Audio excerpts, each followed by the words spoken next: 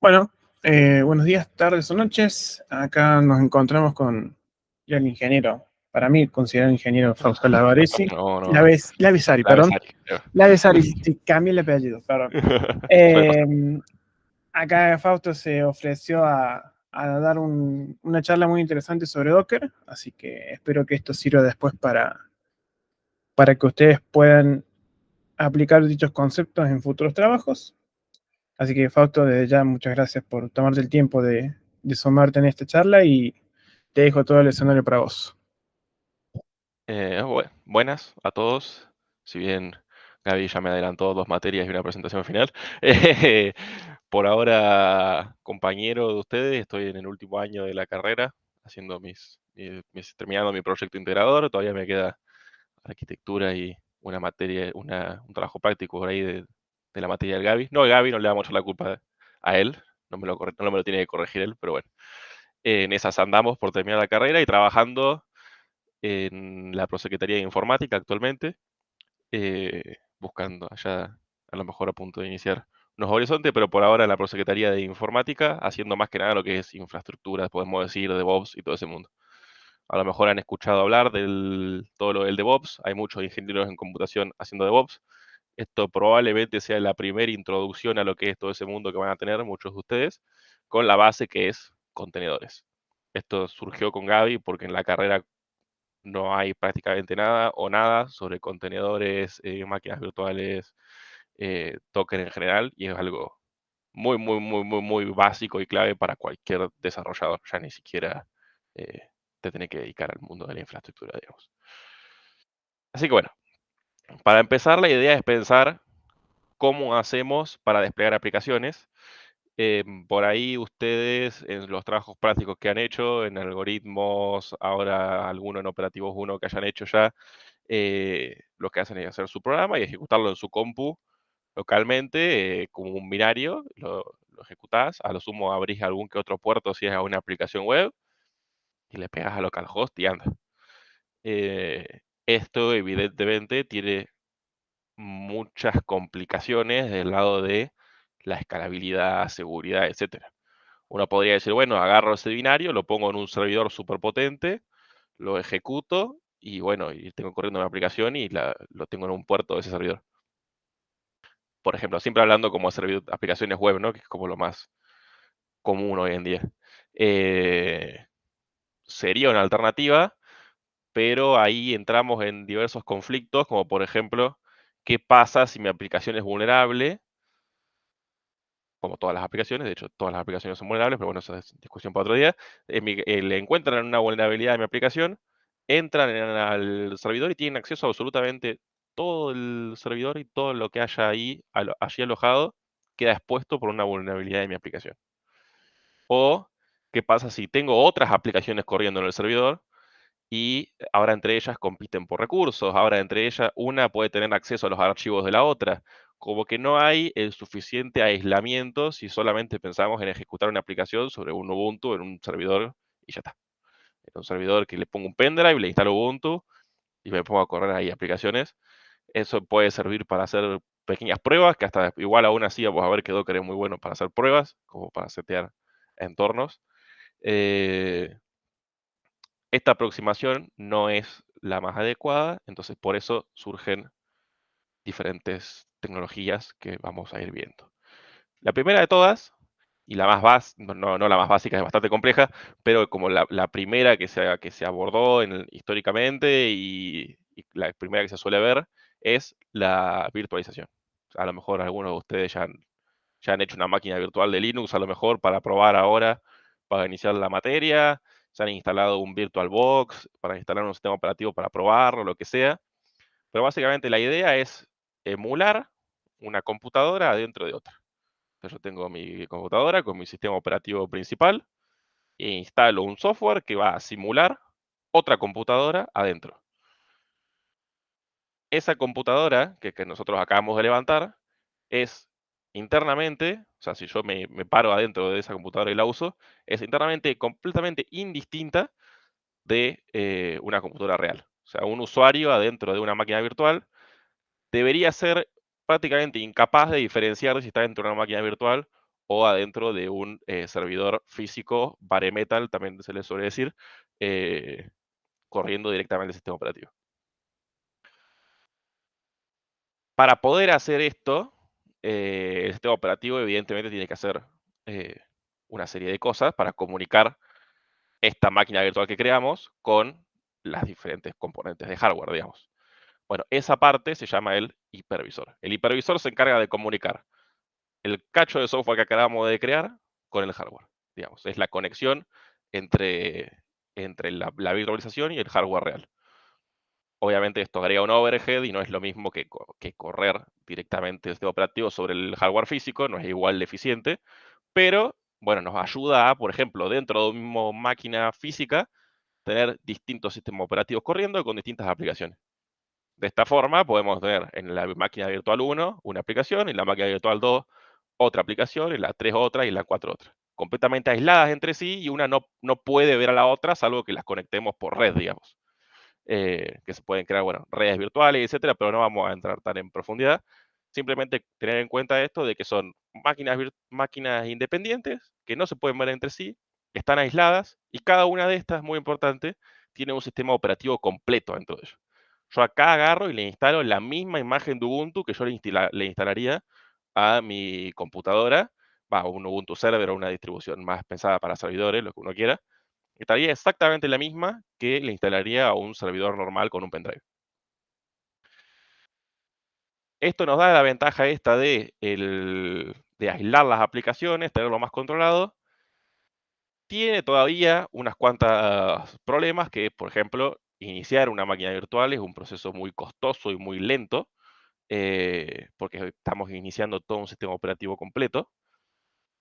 No son muy dinámicas, o sea, hay cuestiones de las máquinas virtuales que no se las puede modificar en caliente, digamos, sin tener que apagarlas y volverlas a encender, como por ejemplo, no sé, necesitamos darle más CPU, necesitamos darle más RAM. Bueno, darle más discos sí lo podemos hacer en caliente, pero subamos las cuestiones básicas, RAM y CPU. La memoria y la capacidad de CPU que se les asigna cuando se crean, va a ser esa y va a ser esa fija, y va a quedar ahí hasta que yo lo cambie y reinicie la máquina virtual. Entonces eso nos da como una estaticidad que sí nos garantiza unos recursos básicos para una aplicación, pero a la hora de querer escalar nos puede provocar tiempos de caída, digamos, que la aplicación no esté funcionando. Este tema de asignación de recursos también es complicado porque uno generalmente no sabe exactamente al principio cuántos recursos consume mi aplicación, o a lo mejor no siempre consume lo mismo. A lo mejor en un determinado horario tengo más carga, entonces consume más recursos, y en otro horario tengo menos, entonces consume menos. Y si yo tengo una máquina virtual que le asigno todos los recursos para cubrir ese pico, por ejemplo, yo sé que no sé, estamos hablando de guaraní, digamos, o el maléfico. Yo sé que en época de inscripciones, a las 8 de la mañana, va a haber muchísimo tráfico, entonces le tengo que dar muchísimos recursos a ese servidor, a esa máquina virtual.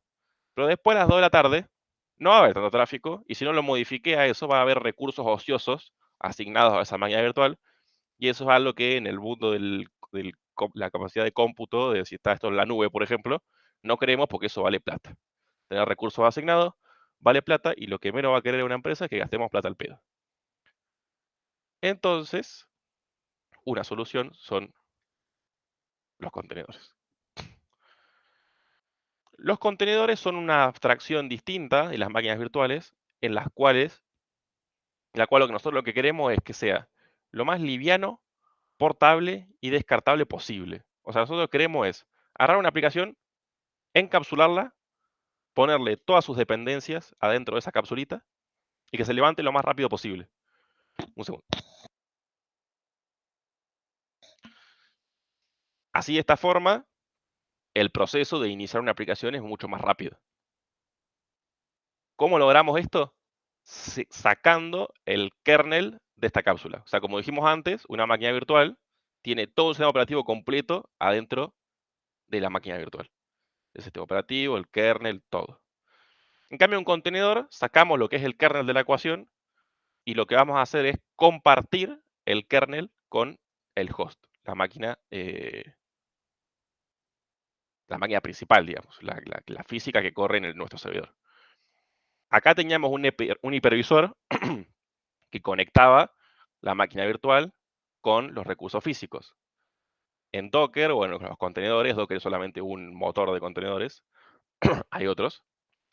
No vamos a tener la figura del hipervisor, sino que a través de este motor, como por ejemplo Docker, a través del Docker Daemon o el Docker Engine, lo que vamos a hacer es conectar el contenedor con el kernel del sistema operativo del host. De esta forma, la imagen, o sea, lo que vamos a levantar nosotros, lo que vamos a descargarnos, lo que le vamos a enviar al servidor, lo que vamos a enviar para todos lados, va a ser mucho más liviana de ejecutarse. Y también nos va a permitir un asignamiento dinámico de recursos, porque es simplemente un proceso. Un contenedor de Docker corre como un proceso, como cualquier otro, adentro del servidor. Entonces va a tener un proceso corriendo que adentro tiene tu aplicación y todas sus dependencias instaladas, paquete, librerías, todo, que se va a comunicar con el host principal mediante el Container Engine, en este caso Docker, para acceder a las llamadas del kernel. Todas las imágenes que estén corriendo todos los contenedores que estén corriendo en el host van a estar compartiendo el kernel y a su vez compartiendo recursos. Y ahí vamos a otra de las ventajas de los contenedores, es que al ser un proceso normal, como cualquier otro, que a todo esto estoy hablando de procesos, espero que ya de todos de concurrente y de sistema operativo creo que también se da, sepan lo que es un proceso, los recursos van a estar asignados a ese proceso por el sistema operativo del host, y no voy a tener que asignarlos a mano. Le voy a poder poner límites y ese tipo de cosas, pero se van a asignar dinámicamente dependiendo de lo que el proceso necesite. Entonces ahora ya no voy a tener ese problema de tener una aplicación con recursos reservados para ella cuando no son necesarios. La aplicación va a consumir lo que tenga que consumir. De última, si no quiero que consuma de más, le pongo un límite. Pero en el medio, ese manejo va a ser más dinámico y va a ser más amigable al bolsillo del que ponga la plata para mantener esto. Eh, entonces creo que esa es la base de lo que es un contenedor. Entonces, recapitulando, porque por ahí es mucho, un contenedor es una imagen de un sistema operativo por lo general, solamente la parte del sistema operativo que va por encima del kernel, comparte el kernel con el resto de los contenedores que están ubicados dentro del host, es liviano, es descartable, es portable, es escalable y tiene recursos dinámicos. Cuando digo que es portable, quiere decir que si yo ejecuto una imagen de Docker en el servidor A, si lo ejecuto en el servidor B, tiene que funcionar exactamente igual, porque lo único porque ambos usan el kernel de Linux, que al fin y al cabo es el mismo, no es el mismo, hay versiones y todo, pero bueno, se va a encargar el Container Engine de manejar todo eso, con solamente despegar la misma imagen en un servidor con Ubuntu, en un servidor con Arch, en un servidor con la distribución que ustedes quieran, va a funcionar exactamente igual esa aplicación corriendo en todos esos servidores distintos, porque lo que importa es la imagen que va a tener todas las librerías y todas las dependencias. Es ligero, primero por esto, porque el sistema operativo que hay que instalarle a ese que tiene metido adentro esa imagen, ese contenedor, es mucho más liviano porque no tiene toda la parte del kernel. Y también nosotros vamos a querer que no haya nada de basura. En esa imagen tiene que haber solamente lo que nosotros necesitamos para ejecutar la aplicación. Nada más y nada menos. No van a haber paquetes al vicio que no vamos a usar, nada. Solamente lo que la aplicación necesita. La idea de un contenedor es que uno nunca tenga que entrar al contenedor si uno no puede. Uno puede ejecutar una terminal de comandos como uno ejecuta en Linux, puede meterse al contenedor y usarlo como un sistema operativo normal desde adentro. Pero esa no es la idea, sino la idea es levantar el contenedor y olvidarse y que se haga todo solo. Entonces, que el contenedor tenga solamente lo que se necesita para ejecutar la aplicación.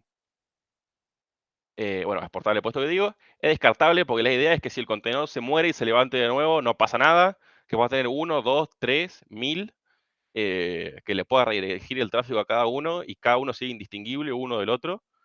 La idea es esa, que el container se pueda levantar en cualquier lado cuando yo quiera. Si lo mato o lo levantar, no pasa nada y se hace rápido. Esa es la idea, básicamente. Bueno, escalable por esto que digo, de los recursos dinámicos, es porque puedo crear varias instancias rápidamente y si baja el tráfico puedo eliminar una y volver a levantarla, ir manejando la cantidad que uno requiere.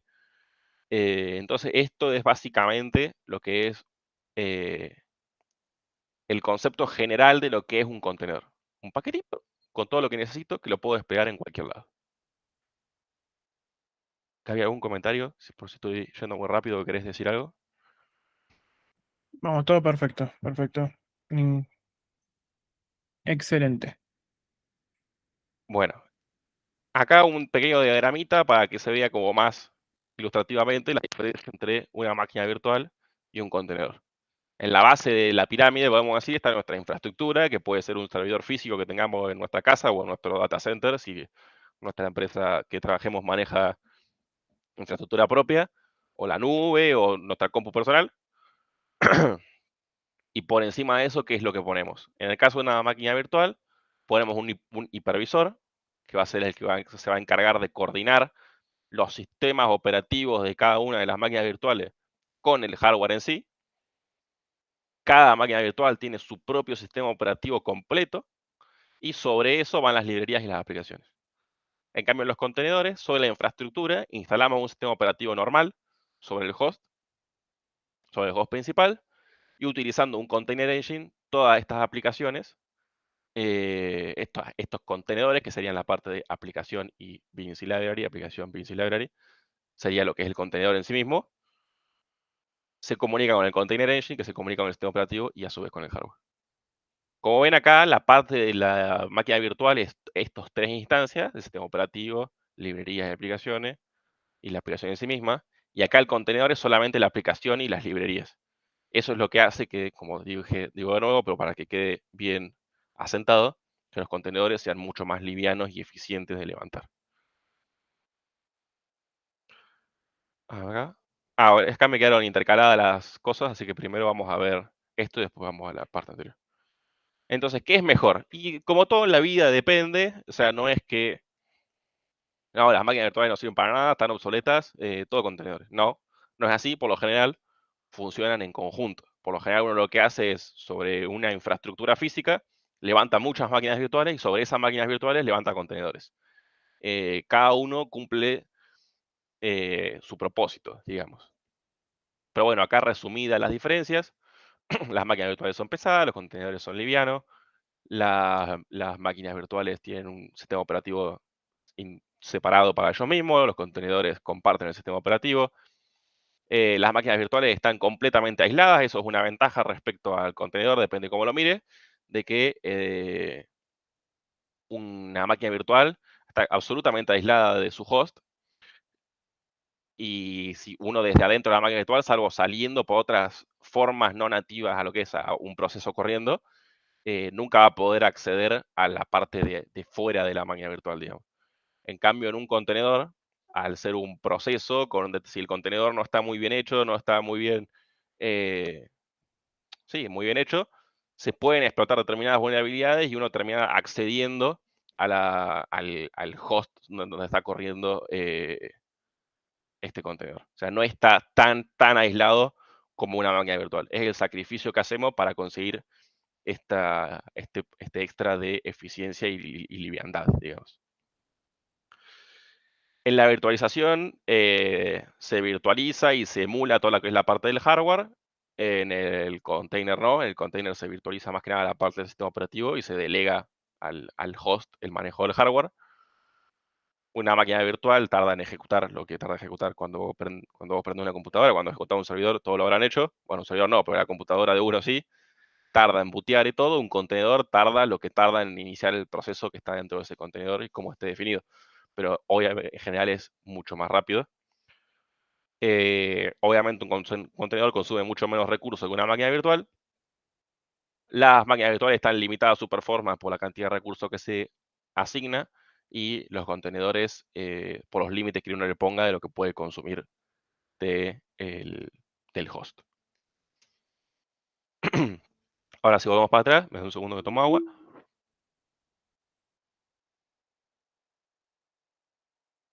Acá puse dos ventajas o cosas que está bueno tener en cuenta de las Docker de funcionalidades que tiene Docker. Que uno es las Docker Networks. Los contenedores se van a comunicar entre sí por red. Como cualquier equipo host final se comunica a través de red. Lo que hace copado Docker en sí mismo es que crea redes virtuales adentro del host. Si uno cuando instala Docker, bueno, justo ahora no tengo ninguna corriendo, pero después lo podemos ver, y ejecuta el típico comando ipadd para ver las redes y tiene un contenedor corriendo, va a ver que aparece, un experimento que les dejo para cuando lo prueben esto, una subred extra, que es la subred de Docker, y los contenedores se van a quedar dentro de esa subred y se van a poder ver entre ellos dentro de ahí. Y no van a tener acceso a todas las otras subredes y cosas y cuestiones de mi host personal, de mi computadora, de la red de Picasa, de la red del data center de la empresa. Entonces Docker levanta solo esta red virtual y es un poco más complejo que esto. Hay como 3 tipos de redes, pero bueno, no va al caso ahora. Y los contenedores se van a comunicar dentro de esta red. Ahora alguno podrá pensar, ¿cómo puedo hacer entonces para acceder a la aplicación si esta red está aislada de lo que es el exterior? Bueno, uno puede, lo que hace es linkear o enlazar un puerto de mi host local con el puerto de un contenedor. Por ejemplo, yo digo, todo el tráfico que llega a mi puerto 80 de mi computadora, de mi servidor, quiero que automáticamente se enlace al puerto 80 del contenedor que acabo de ejecutar con mi aplicación web corriendo. Entonces el resto del mundo lo único que hace es pegarle a mi computadora al puerto 80 e internamente se va a redirigir ese tráfico al contenedor, que también después lo vamos a ver en una mini demo. Esto en cuanto a las networks, y después está el tema de los volúmenes. Como yo dije anteriormente, los contenedores son descartables, o es la idea, y junto con esto los datos que tienen almacenados. Para evitar esto, porque evidentemente no hay ocasiones que no queremos que cuando la aplicación muere se levante todos los cambios que se hicieron se pierdan. Esto lo podemos solucionar principalmente con bases de datos o, dependiendo de la aplicación, necesitamos un file system persistente, se llama. O sea que cuando se muera el contenedor y se vuelve a levantar, esos datos se mantengan ahí. Para eso lo que hacemos es, de nuevo, bindear un path dentro de nuestro host local a un path dentro del contenedor. Entonces, todo lo que se escriba dentro del contenedor en ese path se va a ver reflejado en mi máquina local y viceversa. Entonces, cuando el contenedor muera, esos datos van a persistir dentro de mi máquina, de mi computadora local. Y cuando lo vuelva a levantar, va a estar todo ahí listo para ser usado.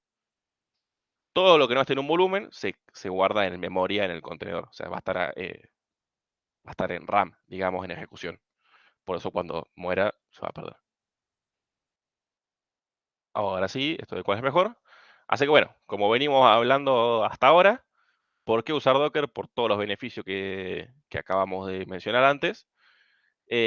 Casos de uso cotidianos para hacer Docker, que probablemente por lo que Gaby quiere que lo sepan ahora, para levantar entornos de pruebas muy cómodo porque te garantiza que siempre estás en las mismas condiciones.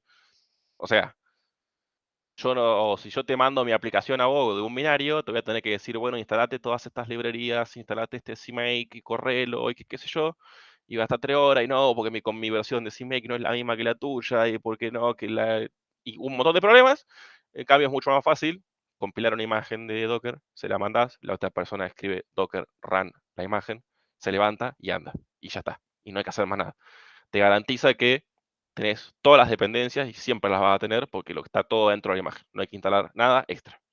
La persona solamente tiene que correr la imagen. Eso es muy útil para testing y para enviarle a la gente para probar, para levantar. Algo está mal, lo tirás, lo parás y ya no queda rastro de eso en tu computadora. No te tenés que poner a limpiar librerías, no te tenés que poner a limpiar la mugre que te dejó la instalación en tu computadora. Te deja un entornito aislado que vos podés controlar, levantar, eliminar cuando vos quieras, y es mucho más fácil de mantener. Muchas aplicaciones que son para levantar uno mismo, digamos, que no es que es una página de internet que te conectas y ya está. No sé si Guy los ha hecho usar SonarQube para esto también, o eso es después. Todavía no. Para sistemas operativos 2 los vamos a usar todas esas dependencias de Quality Assurance. Claro. pero por ahora ya tienen conocimiento de lo que es CMake Bien. y gestión de paquetes. Así que esa parte sí. Pero bueno, el año que viene, Gaby les va a decir que usen SonarQube, por ejemplo, que es una herramienta que hay que instalarla en tu compu, que no es que tenés que instalarte una aplicación en sí misma, sino que es una imagen de Docker que la levantás y te conectas al puerto 80 de tu computadora y ya lo tenés ahí. Y es literalmente 2 comandos que tenés que ejecutar, o uno inclusive. Y ya se levanta todo automáticamente. Entonces, esa es principalmente la ventaja de Docker. Podríamos hablar de clusterización, podríamos irnos a Kubernetes, podríamos irnos a un montón de cosas que se hacen con contenedores, pero creo que por ahora estas cuestiones conceptuales es suficiente para que tengan un pantallazo inicial. Al que le interese, lo incentivo a que se ponga a investigar más respecto a ese tipo de cosas. Ahora vamos a ver un poco más cómo se hace una imagen de Docker, porque todo es muy bonito, pero bueno, ¿qué onda? Bueno, una imagen de Docker se crea con un Dockerfile. Muy creativos mis amigos de Docker para nombrar las cosas. Uno tiene un archivito en el cual ahí define todo lo que va a tener mi contenedor. Docker tiene un sistema que, bueno, me olvidé de explicarlo cuando hablábamos de lo que es una imagen de Docker. Un sistema por capas. Cada cosa que yo escribo en el Dockerfile se define en una capa. Por ejemplo, acá la capa 1 dice from Ubuntu 18.04. ¿Qué quiere decir esto? Que yo como base voy a tomar la imagen que ya existe de Docker de Ubuntu 18.04. Esto evidentemente está viejo, pero bueno, es lo mismo. Digo, bueno, mi imagen de partida, mi punto de referencia va a ser esta imagen de Ubuntu 18.04. Puede ser otra imagen que haya hecho vos, puede ser la imagen de tu amigo, puede ser otra imagen de que haya hecho de otra aplicación que vos le quieras hacer unos cambios. Pones tu imagen de partida. Y después sobre eso vas haciendo todos los cambios. Por ejemplo, acá lo que hace es traerse un archivo de algún lado. Este comando pull no lo suelo ver para traer archivos que están en local. Generalmente se usa un copy, por ejemplo. Entonces digo copy de este archivo que tengo local en mi máquina, ponelo en este path en el contenedor. Corre este comando. Por ejemplo, acá ejecuta un make. CMD es cuando se ejecute el contenedor, quiero que ejecutes este script de Python. Entonces, básicamente en el Dockerfile yo defino cómo va a ser el contenedor y la aplicación que va a correr ahí adentro y cómo se tiene que ejecutar. Acá tenemos básicamente las instrucciones más cotidianas que podemos encontrar en un Dockerfile. Acá tenemos con el from, como le dije antes, puede ser cualquier cosa. En este caso uso una imagen de Python. Es un Alpine, que es una distribución de Linux especialmente hecha para contenedores, muy liviana, sobre la cual está instalado Python, un Python 3.7. Y acá dice, bueno, el workdir va a ser /code, que quiere decir que cuando entra al contenedor o el path por defecto, digamos, de ese contenedor va a ser /code. Simplemente eso. Le seteo un par de variables de entorno, ejecuto un par de comandos. Todo esto que está acá, estos comandos, se van a ejecutar cuando yo creo la imagen, no cuando creo el contenedor. Yo buildeo la imagen, la compilo, podríamos decir, no sé exactamente la palabra, pero bueno, digamos que como que la compilamos. Se crea esa imagen y en ese momento se ejecutan todos estos comandos y se hace todo esto. Una vez se crea la imagen, eso ya está. Eso ya queda ahí. No es que cada vez que ejecute el contenedor se va a ejecutar este run, este copy, este pip. No. Lo que se va a ejecutar cuando yo corra el contenedor va a ser este cmd, que es el comando y sus respectivos argumentos. Acá falta una declaración, un comandito de estos, que es lo que les puse acá. Si un día llegan a poner en su currículum que saben de Docker, sépanse esta diferencia, porque es la típica pregunta que van a hacer en todas las malditas entrevistas sobre Docker, es el entry point. El entry point es lo que se va a ejecutar al momento de iniciar el contenedor. Pero Fausto, recién me dijiste que eso es el CMD. Que el CMD es lo que se va a ejecutar cuando se inicia el contenedor. Sí, pero hay una principal diferencia. El entry point se define en el Dockerfile y es inmutable. O sea, siempre, absolutamente siempre, y no se puede hacer más nada, se va a ejecutar el entry point. Por ejemplo, no sé, iniciar un servidor web, iniciar lo que sea. En cambio, el CMD, el programador o el administrador del sistema, lo que vos quieras, al momento de ejecutar el contenedor lo puede pisar con otro comando. Entonces yo puedo decir, ejecutaste este contenedor, pero en lugar de ejecutar el CMD original que estaba en el en el Dockerfile, ejecutate este otro. Esa básicamente, esa pelotudez es la diferencia entre el Electric y el CMD. Se los regalo por si algún día tienen una entrevista o algo así. Surge siempre y bueno, está bueno tener el concepto. Uno puede definir un Dockerfile sin entry point o sin CMD, tiene que tener alguno de los dos. En realidad no, si no tiene ninguno de los dos, va a heredar el de la imagen original.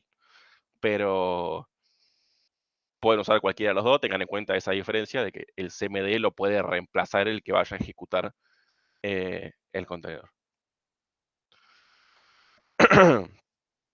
Otro pequeño traguito.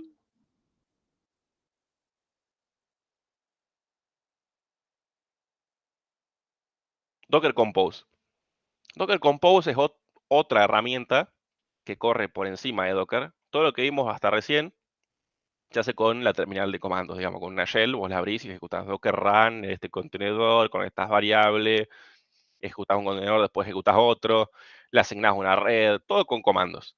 Eso cuando tenés que manejar despliegues complejos se puede hacer muy engorroso. Entonces está esta maravillosa herramienta que se llama Docker Compose. Docker Compose lo que hace es mediante un archivito en YAML, que es este formato así con index, puntito, así definir todas las variables, todas las declaraciones, digamos. Decir todo lo que tiene que tener y cómo tiene que estar configurado los contenedores que se van a ejecutar. Por ejemplo, acá tenemos un coso web que dice, bueno, vas a construir una imagen que está en este path.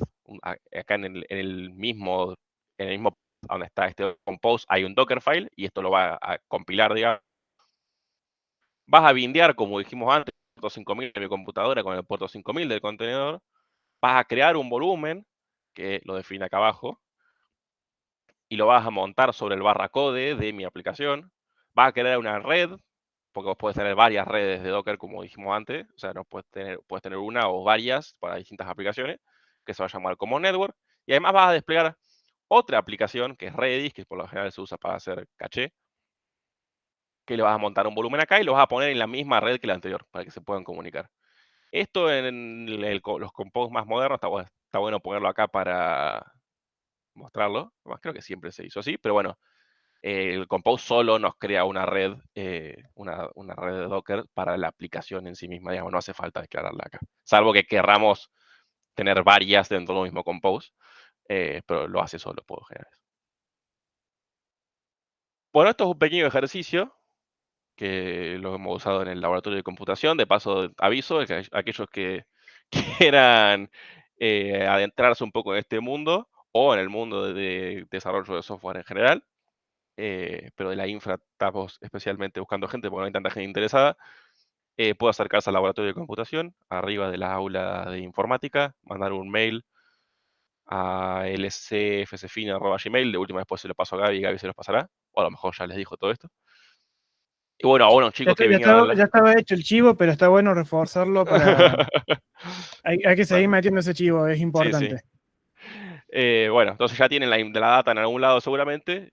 Los invito a participar para que hagan sus prácticas profesionales o ir encarando una API si ya hicieron las prácticas profesionales o simplemente quieren aprender cosas nuevas.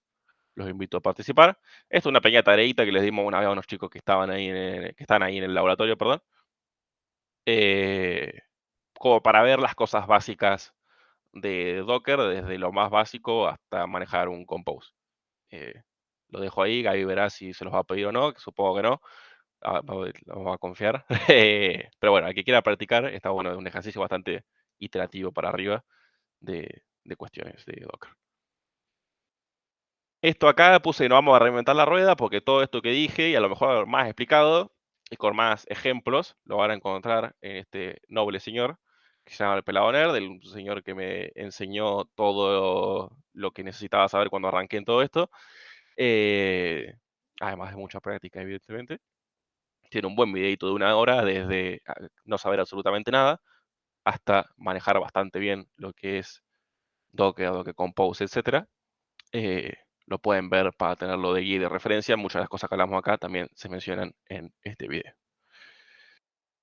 Y habiendo hablado de esto, no sé si alguien querés agregar algo más, podemos hacer una pequeña demo. Un pequeño comentario nomás que creo que el pelado lo menciona en el video. El video dura una hora justamente porque no es que vas a ser desarrollador Docker, full experto. La intención creo que no es la del video ni de esta charla, sino es introducir conceptos que se usan en el día a día, porque esto se usa constantemente. Antes Docker era algo muy lejano para el desarrollador, pero se convirtió en una herramienta imprescindible para poder manejar los entornos. El famoso trabaja en mi máquina, bueno, evolucionó un poquito a trabaja en mi container. Así que Claro. No hay eso es si lo usás más. contenedores, no hay excusa de mi máquina al lado. Deberían dar en todos lados. Así que. Pero bueno, una demo rápida que puede malir sal, obviamente, sobre como para que vean el poder de esta herramienta. Vamos a levantar, por ejemplo, así rápido, de forma muy insegura, una instancia de Mongo. Un MongoDB, en el cual se le hacen unas queries. Miren, con solamente este comando, que yo digo docker run, quiero que el puerto 27017 de mi computadora, que es el que se suele usar para Mongo, se vaya al 27017 del contenedor, seteando estas dos variables de entorno con estas credenciales súper seguras, como es un root que se llama root y una password de root que se llama password, y levantando la imagen Mongo, que esta imagen de Mongo es, espérate, la saqué de acá. Este es el repositorio más amplio de imágenes de Docker, Docker Hub. Sí, de hecho, esto me lo va a tomar porque esta imagen existe en Docker Hub, entonces le puedo poner directamente el nombre y ya acá es esta que está acá. Está bueno explorar si no saben si hay una aplicación, pongan el nombre de la aplicación Docker Hub, se fijan si existe y por lo general acá les pone una pequeña guía sobre cómo desplegarlo, a lo mejor les da algún Docker Compose ya hecho y les da una mini guía como para arrancar. Entonces, bueno, acá tenemos esto, yo lo ejecuto, Docker Run así, esto se empieza a ejecutar, me abro por acá un compás, esto vamos a salir, ¿cómo me desconectaba de acá? Desconecto. Entonces, bueno, me voy a conectar a mi localhost, al 27017, porque fue lo que le puse, lo que le pasé como variable, lo uní al 27017 del contenedor, el username era root, la contraseña es password, connect, y me conecté. Y estoy adentro de una base de datos Mongo. Y yo acá, que bueno, en realidad dentro de un motor de Mongo, acá creo una base de datos test con una colección test collection, por ejemplo. La creo e interactúo como si fuese una base de datos normal. Hago un poco de data, no sé. eh, este ejemplo. Y si tengo el dato ahí. Y acá tengo todos los logs de la aplicación. Y como ven, lo hice con un comando. Y no me tuve que instalar ningún paquete ni nada. Y yo, bueno, ahora como lo ejecuté directamente, esto me tomó la shell. Entonces yo vengo acá y hago docker ps, puedo ver que está en ejecución, una imagen de Mongo. El comando que se ejecutó es el docker entry point, como hablamos antes, el status que está levantado, los puertos que está enviado a cualquier dirección que llegue al 27017 de mi computadora va a ir al 27017 del contenedor, y el nombre a random que le puso es ese. Ahora yo puedo hacer así, el container ID es este. Pequeño comentario ahí del Sí, nombre Ramdon. Eso se puede llegar a configurar todo sí, se eso por puede configurar. parámetros, se pueden configurar, o sea, Docker run -h, Docker -h, y tenés todas las opciones a la hora de levantar un container. Si lo querés linkear a una red, si lo querés crear, bueno, muchas cosas que se terminan definiendo ahí, pero todo Claro, eso es configurable. exactamente. Ahí estoy deteniendo el contenedor, como ven acá se frenó la ejecución. Y yo ahora tiro docker ps de nuevo, no hay nada. Guarda con esto, porque esto es tramposo, porque si yo hago así, jaja, sigue ahí el contenedor. Y sigue ahí ocupando espacio. Y sigue la imagen asociada a ese contenedor. Si yo quiero borrar del todo este contenedor, tengo que hacer docker rm así. Y ahora ese contenedor no existe más. Y ahora, hablando un poco de lo que hablábamos de los volúmenes, miren que si ejecuto esto de nuevo, y me vengo acá y vamos a desconectar y volver a conectar. No, exit no. Autenticación, y esto es root password. Conectamos. Se perdió lo que yo había hecho antes. No existe más la base de datos que yo acabo de crear, porque no le configuré ningún volumen a este Mongo. O sea, toda la información estaba cargada en memoria y ahora la perdí porque lo borré al contenedor y lo volví a levantar. Nada, para que tengan en cuenta eso. Vamos a volver a frenar esto. Y vamos a ver un poco de Compose.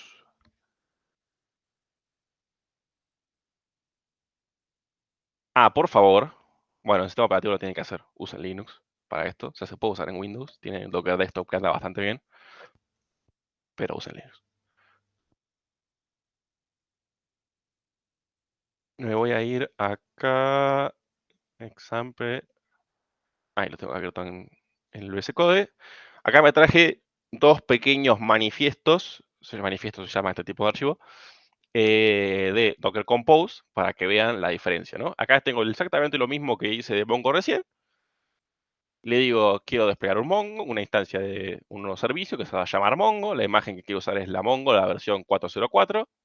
El nombre del contenedor va a ser Mongo. Esto que dijo Gaby que se puede configurar. Bueno, ahora ya no va a ser un nombre random, sino que se va a llamar Mongo.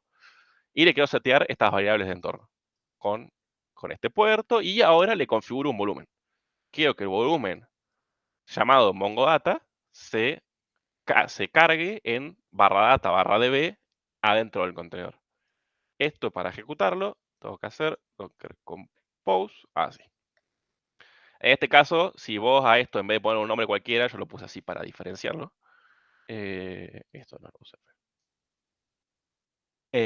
Si eso se llama docker compose, así a secas, .yaml, no hace falta pasarle el "-f" en el nombre del archivo, pero bueno, ahora para diferenciarlo. Yo ejecuto esto es el compose. ¿Qué pasó?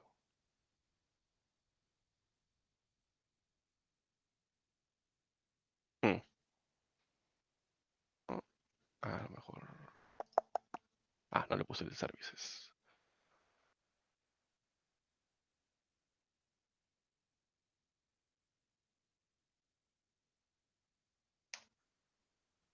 Esto puede pasar. Puta madre.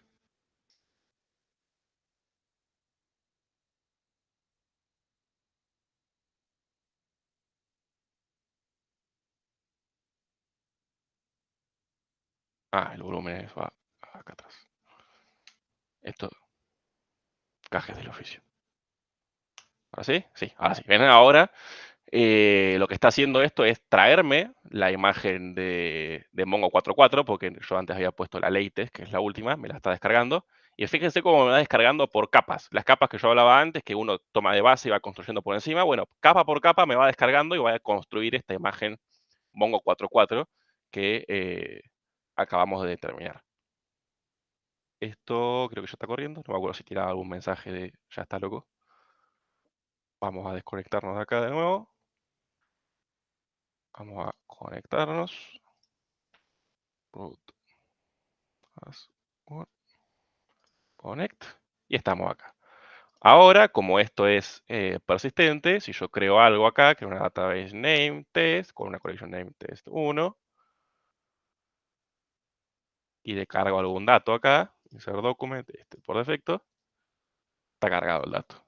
Yo ahora como esto es Docker Compose y es un poco más amigable, si yo tiro control C, sí me va a frenar el proceso y no tengo que ir y frenarlo por afuera.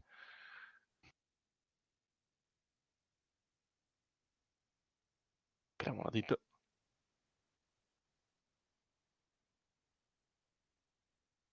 Y ahora hago Docker Compose App de nuevo. Y ahora, para hacer la prueba bien, vamos a desconectarnos. Y conectarnos. Está la base de datos con su respectiva colección y sus datos. O sea, hubo persistencia. Esto es un ejemplo con un solo contenedor, que acá lo ves, container name, container mongo, está muy bien, pero la verdadera magia de Docker Compose surge cuando tenemos cosas más complejas. Por ejemplo, acá me descargué, que no hice nada más raro que buscar el Docker Hub de Moodle, por ahí, de Bitnami, que es una empresa, y me copié de ahí su Docker Compose que recomiendan ellos. Esto tipo, literalmente me lo robé. Para que vean de que puede ser muy fácil levantar una aplicación. Esto se define dos servicios, una base de datos MariaDB, un Moodle, con sus respectivos volúmenes para tener persistencia. Y yo ahora vengo acá y hago Docker Compose, levanto este de multiservice, empiezan a levantar cosas, está ahí. Esto como ya lo corrí, ¿ves? Restoring Persisted Moodle Installation. Detectó que en el volumen que he asignado ya había información. Y ahora, si todo salió bien, acá me debería venir a localhost 2.80 y tengo Moodle. Vengo acá a login y acá debe decir, acá, este es el user, no, este es el database user, no tiene definido acá un allow empty password, yes. ¿Y cuál será el admin? Bueno, pero no importa, se levantó el servicio y acá está andando, sería cuestión de ver de configurar el usuario admin y todo eso. Pero bueno, esta es una pequeña demo para que vean lo fácil que puede ser levantar una aplicación usando un Docker Compose y una imagen de Docker. Y ahora yo apago esto, miren cómo está deteniendo todos los contenedores. Y cuando termine,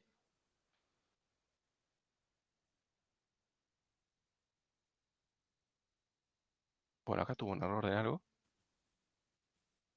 ¿Lo Se me sabrá? murió uno, pero no importa, después Docker lo empieza. Lo importante de esto es que tenemos una aplicación en dos comandos, ¿no? Porque es Sí, básicamente Docker con sí, sí, Compose App y ya está. Es y tu ya está. aplicación definida en eso nomás y en un simple archivo que te es transparente, legible para el desarrollador, de decir, bueno, cuáles son mis variables de entorno, con qué imagen, con qué volúmenes, así que esa es la ventaja y ese es el poder que tiene Docker. Por eso decía, antes Docker para los desarrolladores era como, no, lo usa Cloud, ¿viste? No, no tiene significativo, no tiene, pero se ha vuelto una herramienta tan poderosa que es importante tenerla en cuenta hoy en día en el desarrollo. Sí, muy. O sea, tienen que saber. O sea, es algo que no lo van a poder esquivar y tarde o temprano lo van a utilizar. Tarde o temprano sí, tener que usar con Docker. Lo bueno es que ahora, gracias a Fausto, tenemos un puntapié y un primer paso para aprender todo esto, el mundo de Docker, porque es un mundo bastante grande. Lamentablemente ha Sí, crecido mucho, hay muchas cosas que han quedado fuera del tintero, pero creo que eso se pueden ir viendo en otras charlas. sí, sí, sí, se puede profundizar todo. O sea, hay profesiones enteras basadas en contenedores. Así que eh, ya después cuando hablamos de tener contenedores corriendo en muchas máquinas virtuales a la vez y comunicándose entre sí y escalando, hay muchas cosas que se pueden hacer. Pero bueno, este es el primer pantallazo, espero que les sirva. Ya en este mismo, por ejemplo, en este mismo manifiesto ya veo cosas que están mal, como por ejemplo contraseñas puestas así nomás, que Gaby se enojaría si usted solo sube a un repositorio. Eh, pero bueno, hay estrategias y todo para evitar todo eso, que también pueden investigar por su cuenta. No, no, subámoslo en un repo, lo dejemos ahí lo vamos a dejar en el link de la presentación. Así que para que puedan jugar con ese manifiesto. Ah, bueno, bueno, bueno. Fausto, muchísimas gracias por haberte tomado el tiempo de dar esta charla, espectacular. Súper A vos agradecido y por la esperemos oportunidad. armar otra nueva. Bueno, cuando quieres. Bueno, chicos, espero que les haya gustado. Cualquier cosa, seguimos en contacto. Chau, chau.